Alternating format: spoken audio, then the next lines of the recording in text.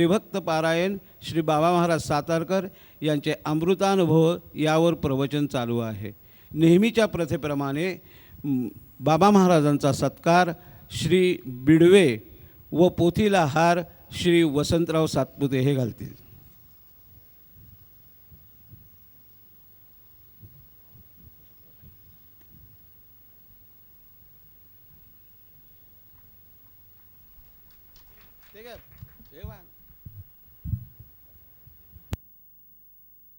श्री ज्ञानदेव तुकाराम ज्ञानेश्वर महाराज की जय। जगतगुरु तुकाराम महाराज की जय। सद्गुरु दादा महाराज अप्पा महाराज की जय। ओम नमो ज्ञानेश्वरा।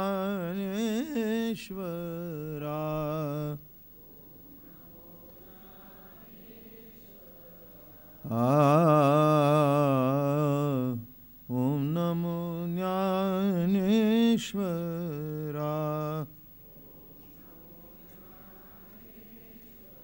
करुणा करा दयाळा,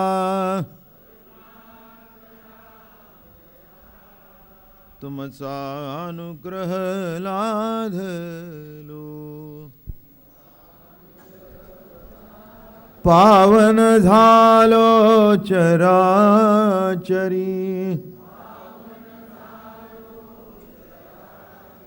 तुमचा अनुग्रह लाधलो। मी कळा कुसरी काहीच नेणे,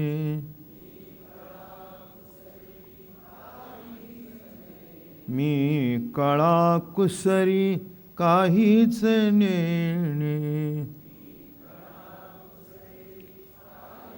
बोलतो वचने अति भाविका,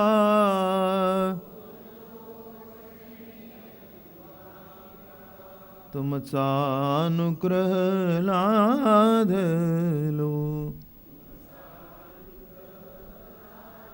पावन झालो चराचरी,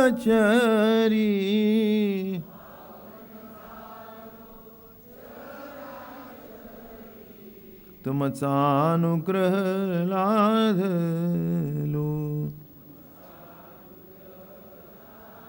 एका जनार्दनी तुमचा दास,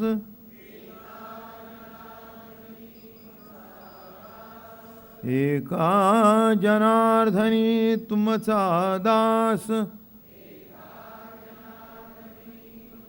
त्याची आस पुरवावी,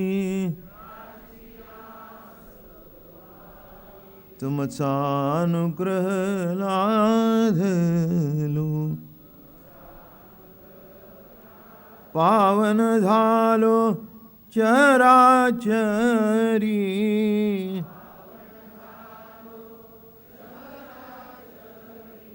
तुमचा अनुग्रह लाधलो। पुंडलिकावरती हरिविठ्ठल श्री ज्ञानदेव तुकाराम ज्ञानेश्वर महाराज तुकाराम सद्गुरु दादा महाराज अप्पा महाराज।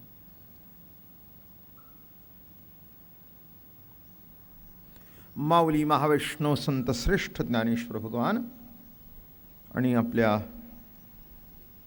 अनुभवातून प्रकट झालेला हा अमृतानुभव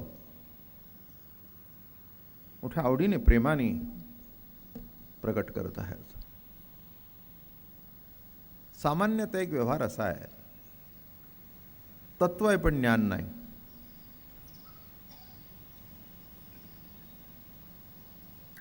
कोणत्याही गोष्टीमध्ये तत्व आहे, तत्वाला सोडून चाललं तर काम बिघडतं। रस्त्याने चालायचं तत्व आहे, गाडी चालवण्याचं तत्व आहे, बोलण्याचं तत्व आहे, बसण्याचं तत्व आहे, भांडण्याचं सुद्धा तत्व आहे।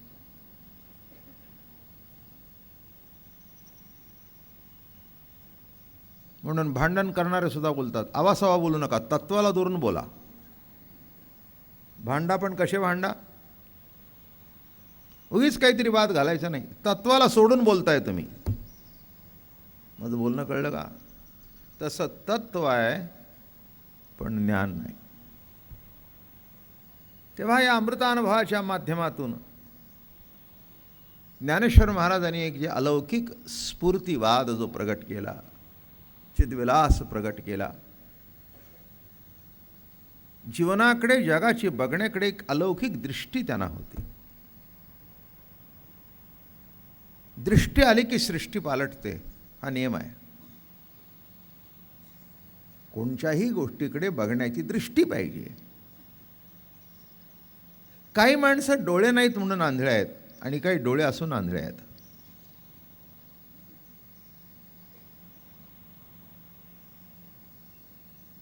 तत्वज्ञानामध्ये सहज आंधळेपण आहे.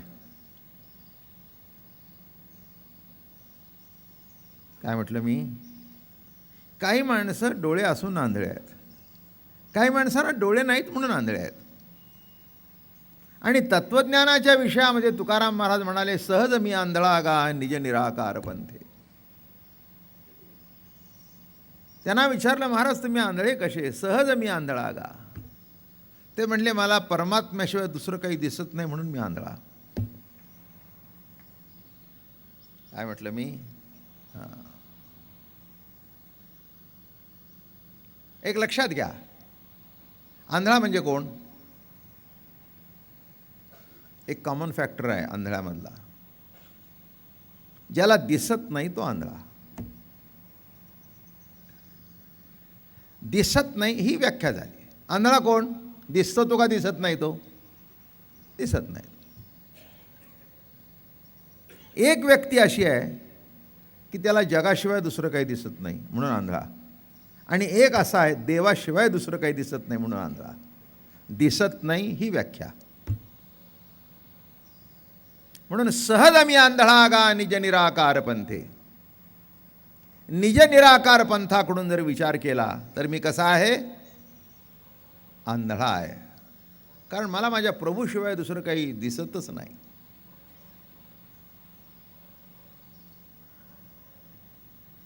शाळा सुटलेली आहे, 700-800 मुलं गर्दीने बाहेर पडतात, आणि ती बाई आपल्या मुलाला आणायला आली असते, 8-9 वर्षाचं मुलं, ती अशी बघते.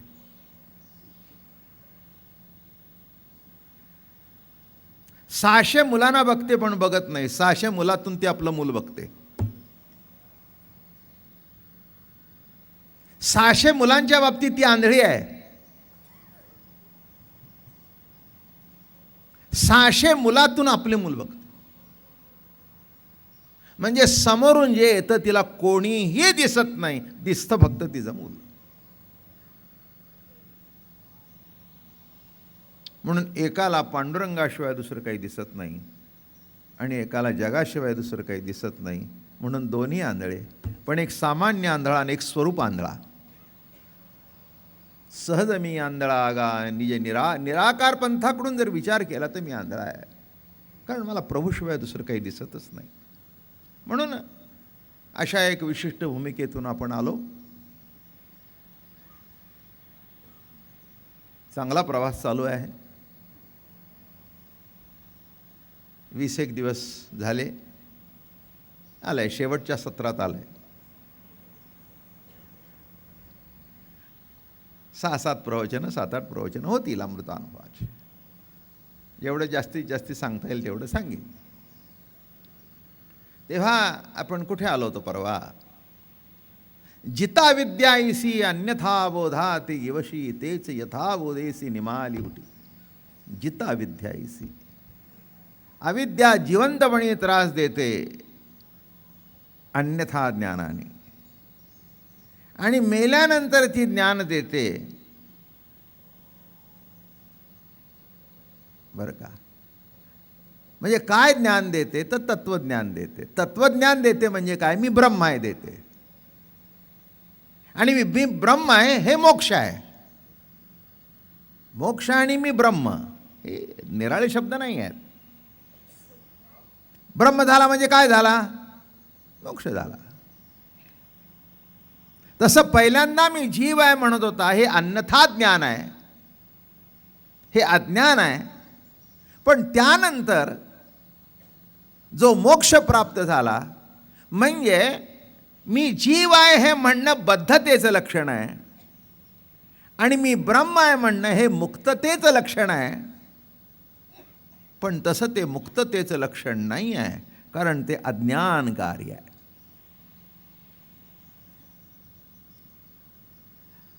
हां,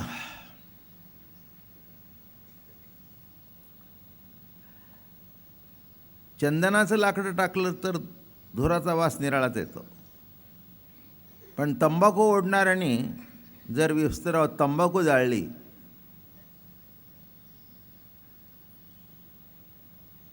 तर तो त्रास निराळाच असतो, नाही का? म्हणजे ते मिसरी लावली तरी घरात तो वास शिल्लक राहतो. कळलं का तुम्हाला? म्हणजे आपल्याला कळते या घरामध्ये सारंगी वाजवणारी मंडळी आहेत.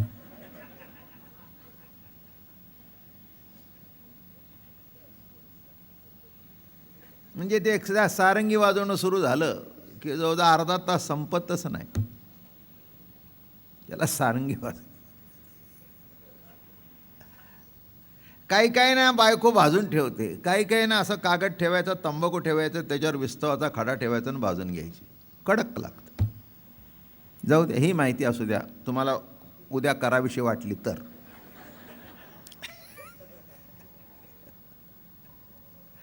तुम्ही म्हणाल तुम्हाला कसं माहिती? सगळ्या गोष्टी केल्या म्हणजेच कळतात का? दारू पिल्यावर माणूस झिंगून पडतो हे काही कळायला पाहिजे? हां, दिसतं ना.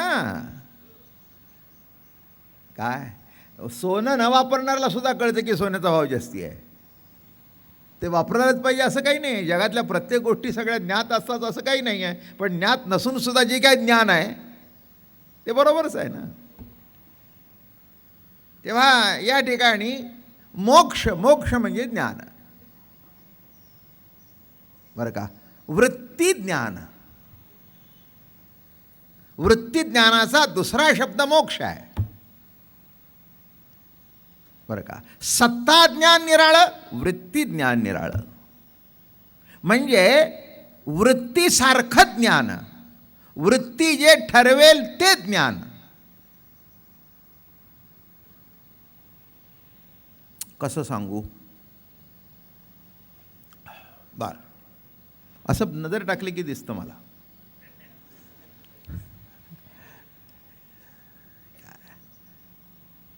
एखादी बाई आपल्या मुलीला पडवूनच पाठते मारेहून. सासू वाईट असते. काय पडवून पाठवते? बघ, सासूच्या अंडर जाऊ नकोस आणि नवऱ्याला अंडर केल्याशिवाय राहू नकोस.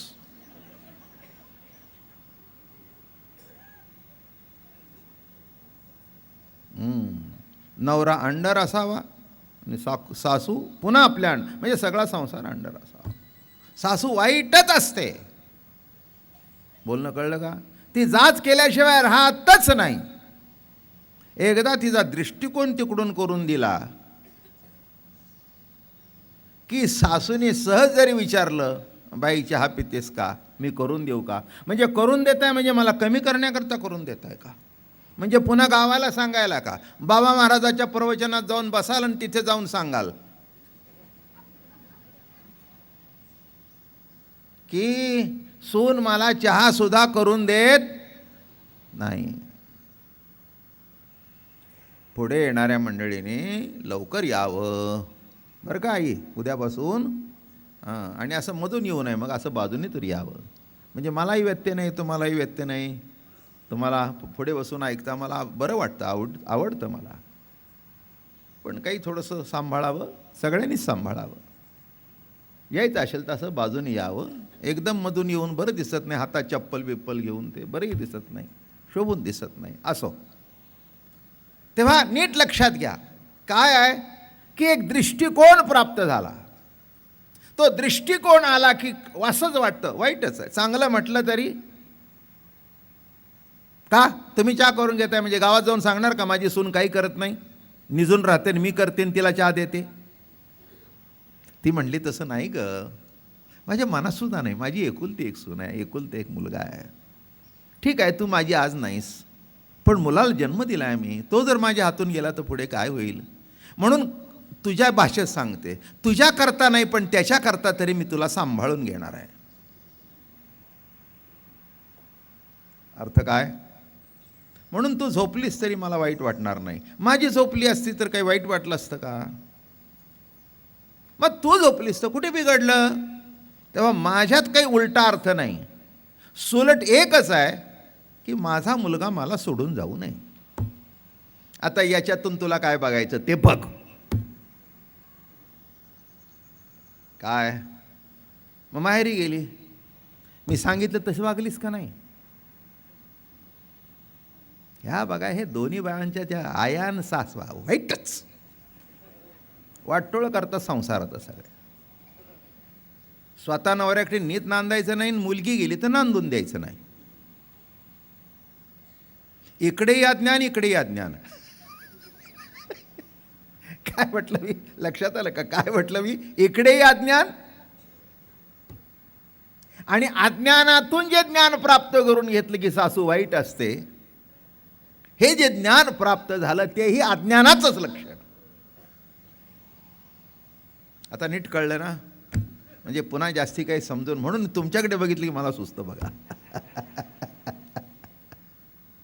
काय आणि मग 1-2-4 महिने गेले, मग अनुभव अमृत सुरू झाला.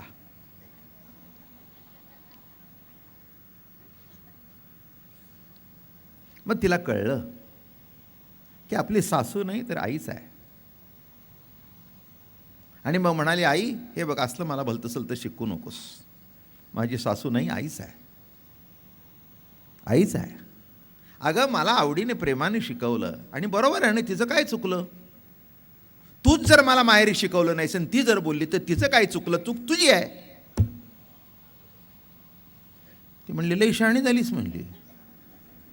ते म्हटली, शहाणी झाली नाही, वास्तव्य सांगितलं. तू जर मला कानाला धरून शिकवलं, सासूनी कानाला धरलं तर विकार झाला, आईने धरलं तर प्रेम झालं. तूच जर मला शिकवलं असतं थोपाडीत मारून, हे असं कर, तू लाड केलेस त्याचा परिणाम आहे. पण मी चुकून सुद्धा माझी सासू मला बोलत नाही. हे ज्ञान अज्ञाना पलीकडचं सत्ता मात्र ज्ञान आहे. इतका सोपा अमृतानुभव ऐकायला मिळायचा नाही तुम्हाला. नीट ऐका. आता अनुभव कळला का?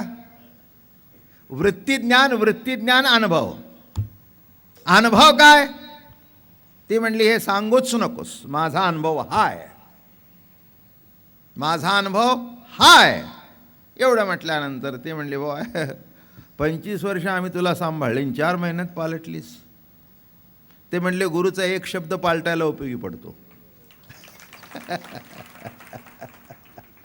काय आयुष्यभर जे अज्ञानी असतो, ज्याला काही कळत नाही, गुरुचा एक शब्द हात ठेविला मस्तकी, तसं एक शब्द तिचा माझं जीवन पालटलं. हा जसा व्यवहार आहे तसं जीवनामध्ये मोक्ष हे सुद्धा अज्ञान कार्यच आहे. काय म्हणून जगतामध्ये माणसं मोक्षाला काय मागत असतील ते तुमचं तुम्ही बघा. पण ज्ञानेश्वर महाराज म्हणतात मोक्ष हा सुद्धा बंदच आहे, नाही का? म्हणून माणसं पुष्कळशी व्यवहार सांगतो, ठरवतात की रिटायर झाल्यानंतर बाबा महाराज तुमच्यावर राहायचं. काही नाही, काही कोणी राहत नाही माझ्याबरोबर. जे राहिलेत ते पूर्वीपासूनच राहतात. काय तरुण असतात नोकरीत तेव्हा मुलं असतात, रिटायर झाल्यानंतर नातवंड येतात. काय कदम साहेब, तुम्ही बघत होता अपेक्षेने की माझं नाव घ्यावं म्हणून घेतलं मी. तुम्ही माझ्याकडे बघत होता, मग आता मी का घेऊ नये नाव तुमचं? काय हां मला सांगितलं, काही नाही, रिटायर झालो आता. सब इन्स्पेक्टर होते, रिटायर झाले. मला म्हटलं तर तुमच्याबरोबर जेमतेम एक वारी केली असेल, पुन्हा नाव नाही बाबाचं माझ्या. आणि मला अमृतानुभव ऐकवतात, तुम्हीच अडकवलंय, आम्ही कसं सुटायचं. वा म्हणजे हात ठेविला मस्तकी, कळलं का? म्हणजे माझं ऐकायचं आणि माझ्या डोक्यावर हात ठेवायचं. काय आहे की नाही? गंमत आहे. काय सुटलो असं वाटतं पण सुटत नाही. ज्ञान आहे असं वाटतं, पण ज्ञान नाही, अज्ञानच आहे. अज्ञानात आहे, सुटलो असं नाही. आलं का लक्षात? मग काय, या मुलाचं आलं, त्या मुलीचं आलं, हिचं आलं, तिचं आलं, असं करता करता आपली तब्येत आली. काय म्हटलं मी? असं करता करता करता एक 7-8 वर्षात आता गुडघा दुखतो, आता कुठे वारीला यायचं. बरोबर नाही, चूक काहीच म्हणत नाही मी फक्त तुमच्या पुढे काय घडतं, जीवनाचा प्रवाह कसा चालतो. हां, म्हणून एक इंग्रजीमध्ये चांगली म्हण आहे, ऐकण्यासारखी आहे. Man proposes and god disposes. मनुष्य ठरवतो एक, पण ठरवल्यासारखं काही होत नाही, त्याच्या उलटं होतं, किंवा तो ठरवेल तसं होतं. आम्ही ठरवलं तसं नाही. हां, मी काहीतरी गमतीने करतो. एका माणूस मला म्हणाला, चांगला 50शीत होता, मला म्हणाला, मी ठरवलं की रिटायर झालं तुमच्यावर राहायचं. म्हटलं सध्या मला 75 चालू आहेत, गणित कर ना, तुला रिटायर व्हायला 18 वर्ष आहेत. चांगलं आहे. म्हणजे 75 आणि 18चा हिशोब जर गणित घातलं तर चांगलं आहे, काही वाईट नाही.